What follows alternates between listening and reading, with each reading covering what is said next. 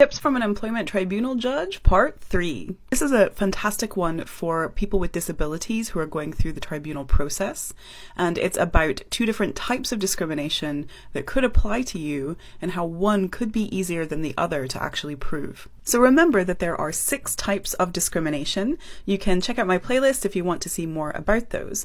And the two we're going to be discussing today are direct discrimination and a disability-specific type, which is discrimination arising from a disability. Now, direct discrimination is typically what we think of as discrimination. Someone directly treating you differently because you have a protected characteristic, in this case, a disability. Discrimination arising from a disability is where you're being treated unfavorably because you have a disability, and that's had some knock-on effect in your work, your life, and they're treating you unfavorably as a result of that thing. The words are very important here, and that's what this judge pointed out. So let's look at the actual words. This is Section 13 of the Equality Act, where direct discrimination is defined. And now the key word is here, less favorably. So direct discrimination occurs if someone is treated less favorably than others.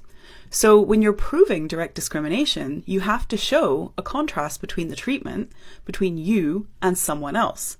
Now that's typically called a comparator, and there can be a real life comparator, or there are also hypothetical comparators which aren't quite as useful as they sound. In short, proving this is possible, but it's not straightforward. Now over here in Section 15 of the Equality Act, we have the definition for discrimination arising from a disability.